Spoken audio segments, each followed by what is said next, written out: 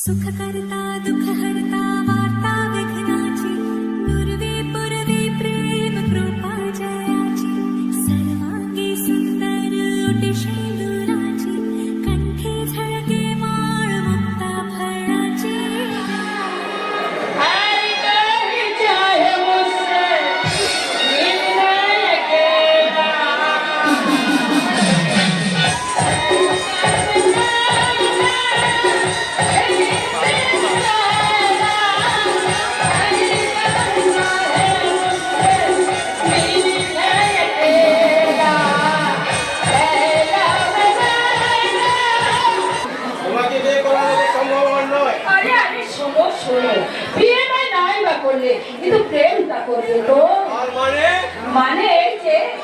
সারাটা জীবন good boy সেজে enjoy শব্দটাকে ভুলে বসে আছো, তাই বলছি আজ আমি তোমাকে শেখাবো এনজয়।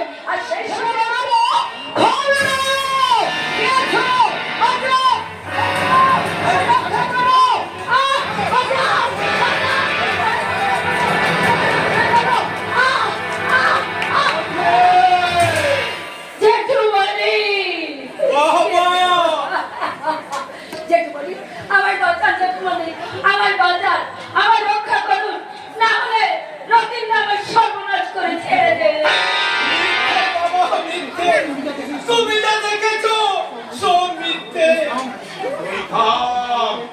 আমি নিজের চোখে যা দেখলাম তা আমি 3 দিন এই নির্মম সত্যটা তুই কেমন করে ভুলে গেলি বাবা?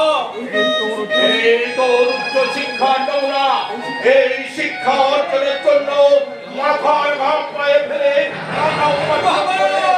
আমি তোর পেছনে লেগেছি। ওরে লম্ব, এই মেয়েটা যখন সমাজের সামনে অভিযোগ করে বলবে এই সত্যের নাগরিক শিক্ষিত ছেলে তাকে বাড়ির মধ্যে ডেকে এনে তার শ্লীলতাহানি করেছে, তখন আমি সবার সামনে কেমন করে মুখ দেখাবো রে জানোয়ার?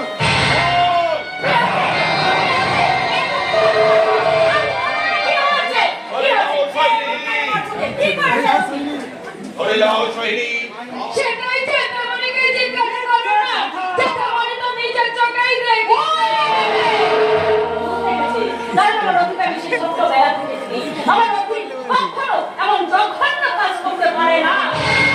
আমিও যদি নিজের চোখে না দেখতাম রথির প্রতি অন্ধ বিশ্বাস করি, আমিও তোমার মতো একই কথা বলতাম।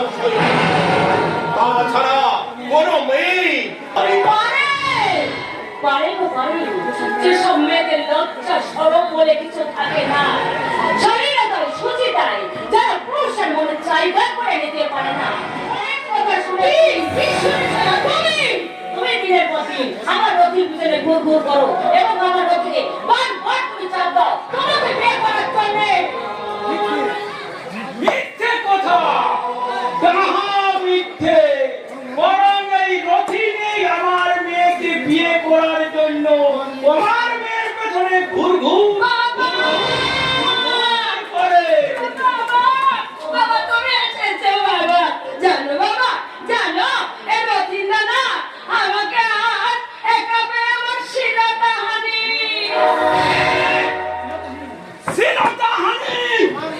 আমার মেয়ের মামলা করবো, মোকদ্দমা করবো। বাবা কি মাছি কি কথা করেছে, পোশাক ছিঁড়ে একাকার করে তোকে দিয়েছে। এই অবস্থায় গিয়ে এদের নামে থানায় একটা ডায়েরি করি ছাতু ধোলার মা, তাই বরাবরের হিসেবটা আমি ভালো করে বুঝি। ঠিক আছে,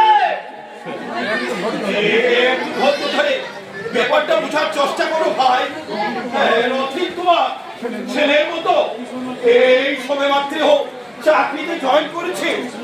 এই সময় ও কিছু করো যাতে তোমার ছেলের চাকরিও বজায় থাকে আর আমার মেয়ের সম্মানও থাকে। এই মানে বলছিলাম তোমার ওই ছেলের সঙ্গে